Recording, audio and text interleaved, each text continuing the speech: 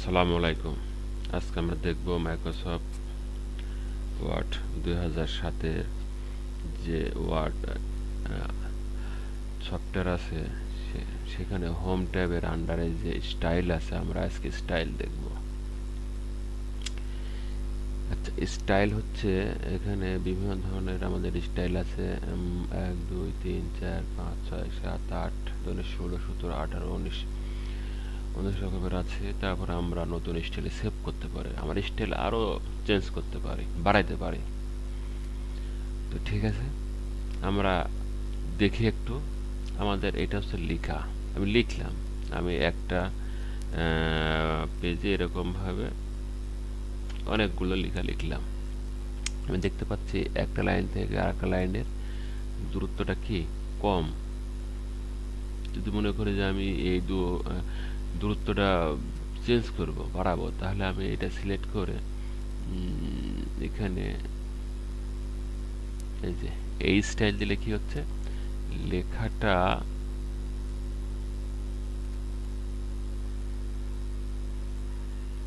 কি হচ্ছে, style change হয়ে গেল। লেখার যে ধরনটা ছিল এই সে আচ্ছা ঠিক আছে, এটা ইটালিক আছে, চেঞ্জ করে দিই, চেঞ্জ হয়ে গেল। অর্থাৎ আমি বোঝাতে চাচ্ছি যে এটা এখন নো স্পেসে, আমি যে এখানে দিলাম, দিয়ে নো স্পেস। নো স্পেস মানে হচ্ছে আমার এই লেখার মাঝে এক লাইন থেকে আরেক লাইনের মাঝে কোনো কি থাকবে না, গ্যাপ থাকবে না, গ্যাপ অল্প সামান্য গ্যাপ থাকবে। আচ্ছা, আর এটা হচ্ছে এমফ্যাসিস। এই নো স্পেসিং হচ্ছে আপনার 18-তে আছে, আর এমফ্যাসিসটা আপনার এটাও 18-তে আছে। খেয়াল করেন, এই হাউ টু ইনস্টল, এই লেখার হাউ টু ইনস্টল, এই নো স্পেসিং এ অক্ষরটা কি একটু ছোট, আর এমফ্যাসিসে কি অক্ষরগুলো একটু বড় সাইজের আছে। অর্থাৎ আপনি এখানে যে কোনো স্টাইল আপনি চেঞ্জ করতে পারেন আপনার ইচ্ছা অনুযায়ী। দেখেন, মাউস পয়েন্টার নেওয়ার সঙ্গে সঙ্গে যদি স্ট্রং দিলাম, এবার স্ট্রং দিলে কি হলো, লেখাগুলো আরো চেঞ্জ হয়ে গেল, লেখাগুলো কি চেঞ্জ হয়ে গেল, সাইজ চেঞ্জ হয়ে গেল।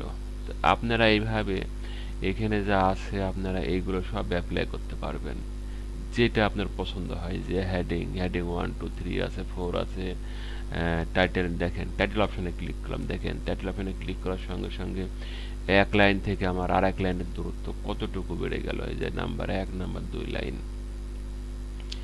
অর্থাৎ আপনারা এই স্টাইলগুলো আপনারা যেটা ভালো লাগে সেটা আপনারা ইউজ করবেন, অ্যাপ্লাই করে দেখবেন আপনার কোনটা ভালো লাগছে।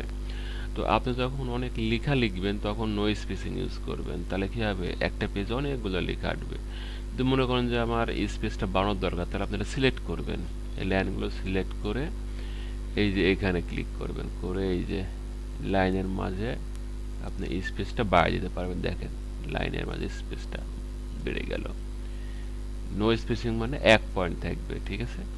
আর ইচ্ছে করে আপনি লাইনগুলো বাড়াইতে পারেন।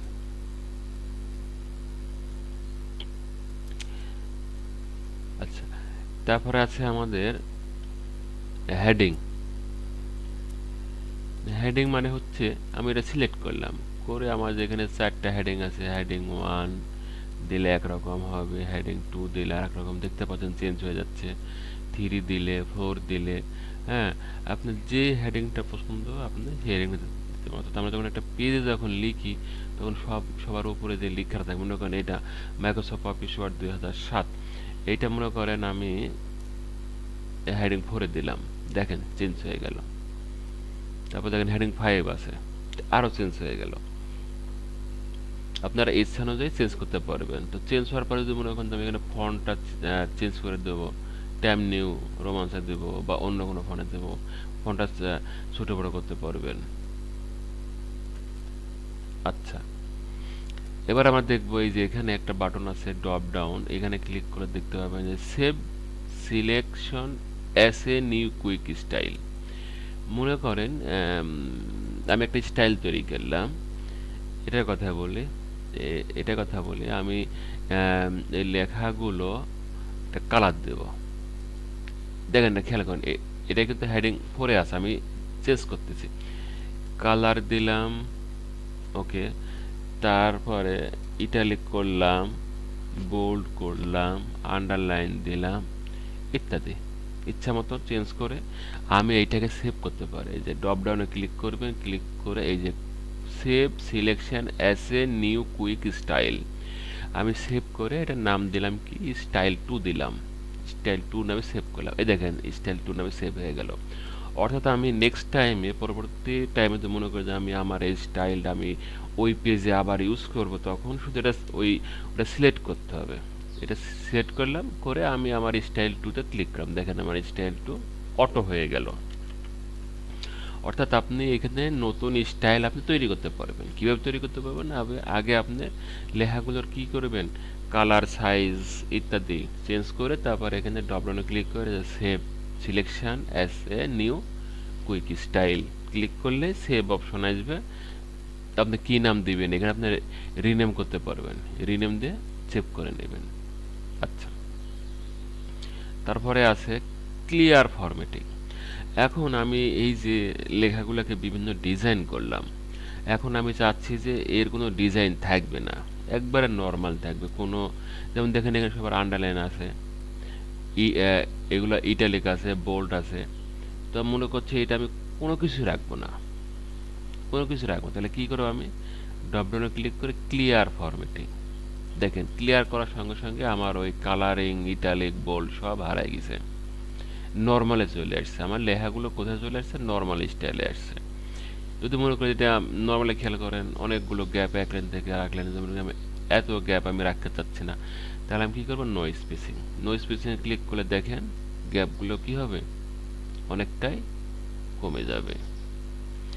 আচ্ছা, এখানে খেয়াল করেন অনেকগুলো স্টাইল আছে, আমি কোনো স্টাইল আমি রাখতে চাচ্ছি না, যে ক্লিয়ার ফরম্যাটিং ক্লিক করার সঙ্গে সঙ্গে দেখেন সবগুলো ক্লিয়ার হয়ে গেল। যত রকম রং দেয়া ছিল, ইটালিক করা ছিল, বোল্ড দেয়া ছিল, আনারনা ছিল, সব ক্লিয়ার হয়ে গেল। আচ্ছা, এবার হচ্ছে চেঞ্জ স্টাইল। চেঞ্জ স্টাইল কি আমরা দেখি, ড্রপ ডাউনে ক্লিক করে। আচ্ছা, এই যে চেঞ্জ স্টাইল, এই যে চেঞ্জ স্টাইল, এখানে আমাদের তার আগে একটা কথা বলি, আরেকটা আছে স্টাইল, এই যে অ্যাপ্লাই স্টাইল। যখন আমরা অ্যাপ্লাই করব তখন আমরা এখানে স্টাইল চেঞ্জ করতে পারবো, কিন্তু তারা ভালো করে বুঝছেন। আমি এটা সিলেক্ট করলাম, সিলেক্ট করে আমি এখানে অ্যাপ্লাই স্টাইলে, মনে করেন স্টাইলে আমি যে কোনো একটা স্টাইল দিয়ে, এখানে যে কোনো একটা স্টাইল দিলাম, দিয়ে এটাকে আমি কি করতে পারি, সেভ করতে পারি। রিপ্লে ক্লিক করলাম, এই যে সেভ হয়ে গেল। আচ্ছা, এবার হচ্ছে চেঞ্জ স্টাইল। আমি আমার লেখার স্টাইলগুলো আরও কিভাবে চেঞ্জ করা যায় একটু দেখি আমরা। আমি এটা সিলেক্ট করলাম, এটা হচ্ছে ফ্যান্সি স্টাইলে। এইখানে ক্লিক করবেন, ড্রপ ডাউনে ক্লিক করলে অ্যাপ্লাই স্টাইল সেট। স্টাইল সেটে মাউস পয়েন্টার নেওয়ার সঙ্গে সঙ্গে খেয়াল করেন আমার অনেকগুলো স্টাইল চলে আসছে। এই যে ডিফল্ট আসছে, এলিগেন্ট আসছে, ফ্যান্সি, নর্মাল ইত্যাদি আরও অনেক আছে এখানে। তো আমি এখানে ফ্যান্সিতে রাখছি, আর এটা হচ্ছে মডার্ন। খেয়াল করেন আমি যদি এটা চেঞ্জ করি, ফ্যান্সি থেকে চেঞ্জ করি, তাহলে পরে কি হবে, আমি ফ্যান্সি থেকে এলিগেন্ট দিলাম, দেখেন লেখার এটা চেঞ্জ হয়ে গেল। ফ্যান্সি থেকে এলিগেন্ট দেওয়ার সঙ্গে সঙ্গে কি হয়ে গেল, চেঞ্জ হয়ে গেল। আমি আবার ব্যাকে যাচ্ছি। তো আপনারা এইভাবে চেঞ্জ করতে পারবেন। যদি মনে করেন যে আপনি কালার চেঞ্জ করবেন, কালার, এই যে কালার দেখেন কত রকম কালার আসছে, আপনার যেটা পছন্দ আপনি সেটা ইউজ করতে পারবেন। তারপর আছে কি ফন্ট। ফন্টের বিষয় হচ্ছে লেখার আমার যে অক্ষরগুলো আছে, অক্ষরগুলোর স্টাইল খেয়াল করেন একটু সবাই। এখানে অনেক স্টাইল আছে, দেখেন আমি মাউস পয়েন্টার নেওয়ার সঙ্গে সঙ্গে দেখেন লেখাগুলো কি হচ্ছে, অক্ষরগুলোর ডিজাইন চেঞ্জ হয়ে যাচ্ছে। আপনি যে কোনো একটা, আপনার যেটা ভালো লাগে আপনি সেটা অ্যাপ্লাই করতে পারবেন।